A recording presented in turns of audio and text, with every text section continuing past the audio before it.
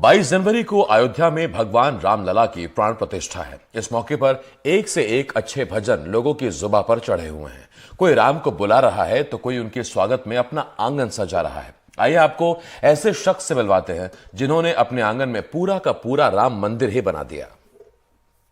आंगन में राम आने के गीत आपने सुने होंगे, लेकिन हम मिलाते हैं आपको एक ऐसे शख्स से जो अपने आंगन में पूरा का पूरा राम मंदिर ले आए हैं। नागपुर के इस घर के बाहर से ही इन दिनों एक मंदिर दिखाई देता है। आस्था और लगन का अनोखा संगम है। ये व्यक्ति जिनका नाम है प्रफुल्ल माटेगांवकर, इनके आंगन में आज ये राम मंदिर की 11 फीट ऊंची प्रतिकृति खड़ी है। पेशे से सिविल इंजीनियर प्रफुल्ल को ये ख्याल कैसे आया, उन्हीं से सुनते हैं। तो मैंने नेट पे थोड़ा सर्च किया तो ये ध्यान में आया कि ये रिप्लिका जो है no doubt this is very good और ये भी जो प्रयास है ये बहुत अच्छा है, लेकिन this is not to the scale, है ना। उनको मास में बनाना इसलिए शायद वो फ़र्क पड़ेगा। फिर मैंने वो बहुत सारे पर्सपेक्टिव स्टडी किए और फिर उसके ऊपर से एक ग्राफिकल ड्राइंग मैंने बनाया, वो भी मैं आपको बताता हूँ। ये ग्राफिकल ड्राइंग मैंने बनाया और ये मॉडल मेरा बना 21 फीट बाय 15 फीट और हाइट है अपनी 11 फीट और उसके ऊपर 4 फीट का झंडा ऐसे 15 फीट। ये प्रतिकृति 7 हिस्सों में है और उसमें अलग अलग प्रकार के साहित्य को ढूंढ ढूंढ कर इस्तेमाल किया गया है। MS पाइप यूज़ किया उसके लिए 1 बाय 1 इंची का, और फिर उसका पूरा फ्रेम स्ट्रक्चर बना के फिर उसके ऊपर स्लैब के लिए करके MDF शीट यूज़ किया। और जो आर्चेस जो कटी हुई है वो टोटल 181 आर्चेस है, यानी फर्स्ट फ्लोर, सेकंड फ्लोर और थर्ड फ्लोर में ऐसी टोटल 181 आर्चेस है। वो मैंने 4 mm की फोम शीट में कट करवाया और उसके बाद में जो बाकी जो गुम्बज का काम जो है वो सब मैंने जो अपन फोम जो यूज़ करते हैं सोफ़ा के लिए वगैरह, जिसको हम बोलते हैं हिटलॉन शीट, तो वो हिटलॉन शीट का यूज़ करके मैंने वो बनाया है। मंदिर का कलश भी मूल कलश के जैसा दिखाई दे, इसका खास ध्यान रखा गया है। पूरा जुगाड़ जो बोलते हैं अपने आप ही शब्द चलता है। मैं फिर बर्तन के दुकानों में गया और फिर उसमें से पीतल का तांब्या, जिसको लोटी बोलते हैं मराठी में, वो उसके ऊपर पीतल का एक गिलास, उसके ऊपर और एक गिलास और छोटी सी कलशी जिसको बोलते हैं मराठी में, उसको उतरंडी बोलते हैं, तो उसमें की छोटी सी 1 इंची कलशी ऐसा लेके उसका मैंने उसका गुम्बद बनाया है। तो मैंने ये सोचा कि ये रिप्लिका हमने जो बनाई है, इस रिप्लिका में ही राम जी की मूर्ति अपन प्रस्तावित करेंगे और अयोध्या में 12 बजे जो पूजा होने वाली है तो वो पूजा हम यहाँ पे इस मंदिर के राम की करेंगे। प्रफुल्ल माटेगांवकर और उनके परिवार को यह एहसास था कि शायद 22 जनवरी को अयोध्या जाना मुमकिन नहीं होगा, तो उन्होंने अपने आंगन में ही राम मंदिर बनाया और अब 22 जनवरी को यही पूजा होगी। नागपुर से संजय तिवारी, NDTV इंडिया।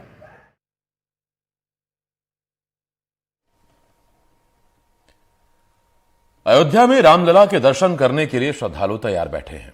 कोई फ्लाइट से अयोध्या पहुंच रहा है, कोई ट्रेन और बस से, लेकिन पश्चिम बंगाल के संतोष 900 किलोमीटर साइकिल चलाकर अयोध्या पहुंचे हैं।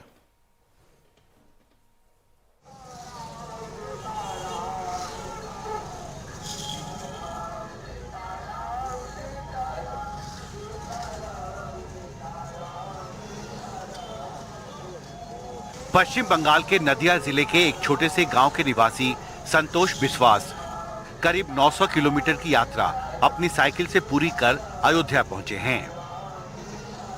NDTV से बातचीत में संतोष विश्वास कहते हैं, 22 जनवरी को भगवान राम के प्राण प्रतिष्ठा कार्यक्रम के बारे में जब जानकारी मिली तो खुद अयोध्या जाने से नहीं रोक पाए।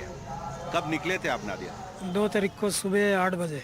क्या सोच के निकले? इतनी ठंड है अभी इस इलाके में, मुश्किल हुआ होगा आपको? मुश्किल तो है, लेकिन भगवान का नाम लेके हम निकला। कितना सालों का बाद कोई ऐसा दिव्य दर्शन कर नहीं पाया, इसलिए मैं ये दर्शन करने के लिए मैं आया हूँ। तो यहाँ भगवान का दर्शन करने के बाद क्या लेकर जाएंगे आप वापस परिवार के लिए? थोड़ा मिट्टी लेके जाएगा घर के लिए। हम पहले से पूजा पाठ करता हूँ भगवान श्री राम का, श्री कृष्ण का, इसलिए इधर से थोड़ा मिट्टी लेके जाएगा। काशी के आवाहन अखाड़ा के छोटू गिरिनाथ बाबा जम्मू कश्मीर से मोटरसाइकिल चलाकर राम दर्शन के लिए अयोध्या पहुंचे हैं। अपने मोटरसाइकिल को भगवा रंग में पेंट कराया है। मोटरसाइकिल पर भगवान के स्टिकर लगे हैं।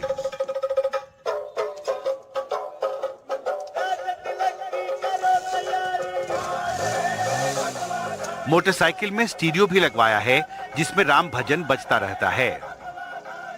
कब निकले थे आप? हमको हो गया 2 महीना निकले हुए। 2 महीने से आप भ्रमण पे हैं? भ्रमण पर हैं जी। मैं जूनागढ़ गया, जूनागढ़ से नेपाली बापू के यहाँ गया, इसके बाद में प्रयागराज गया, काशी गया, फिर वहाँ से रिटर्न में जूनागढ़ गया, जूनागढ़ से बम्बई गया, और बम्बई से भुज, और भुज से रामलला के दर्शन पाने के लिए मैं अयोध्या आया हूँ। पुलिस प्रशासन जो है हर जगह मेरे को सहारा दिए हैं। हम कहीं रुक भी जाते हैं तो थाना देखता हूँ तो वहाँ पर ये गाड़ी खड़ा करके थाने में आराम से सो जाता हूँ। संतोष बिस्वास और छोटू गिरी नागा बाबा उन हजारों संतों और श्रद्धालुओं में शामिल हैं जो भगवान राम के प्राण प्रतिष्ठा कार्यक्रम को देखने के लिए देश के अलग अलग हिस्सों से कई तरह की चुनौतियों को झेलते हुए अयोध्या पहुंचे हैं। तो एक भव्य कार्यक्रम होना है 22 को, तो आप उसके लिए भी रुकेंगे यहाँ? बिल्कुल, 14 तारीख से 22 तारीख तक हमारा यहीं रहेगा पर और यहीं गुरुजी के शरण में यज्ञ करेंगे और रामलला के दर्शन करेंगे। अयोध्या में राम जन्मभूमि स्थल को 22 जनवरी के प्राण प्रतिष्ठा समारोह के लिए सजाया संवारा जा रहा है। नए राम मंदिर को 23 जनवरी से आम श्रद्धालुओं के दर्शन के लिए खोल दिया जाएगा। अयोध्या से कैमरा पर्सन पवन कुमार के साथ हिमांशु शेखर, एनडीटीवी इंडिया। अयोध्या में भव्य राम मंदिर के दर्शन करने को हर कोई उत्सुक है, लेकिन एमपी के खंडवा में एक और मंदिर है। ये मंदिर है सीता माता का। एक तरफ अयोध्या चमक रही है, दमक रही है, तो दूसरी तरफ इस सीता माता मंदिर में गंदगी है और अव्यवस्था है। ऐसे में जरूरत है कि इस मंदिर का भी उद्धार हो।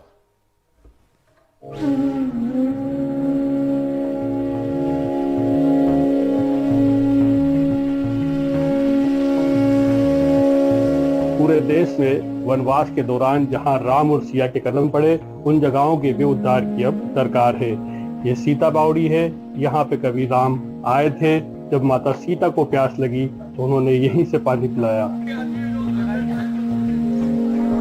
खांडव वन अब खंडवा में ये बाण मारे का कुआं है। शहर के लोगों की प्यास बुझाता है। इसे रामेश्वर कुंड भी कहते हैं। पास में एक बावड़ी है जिसे सीता बावड़ी कहते हैं। बावड़ी के पास ही माता सीता का मंदिर भी है।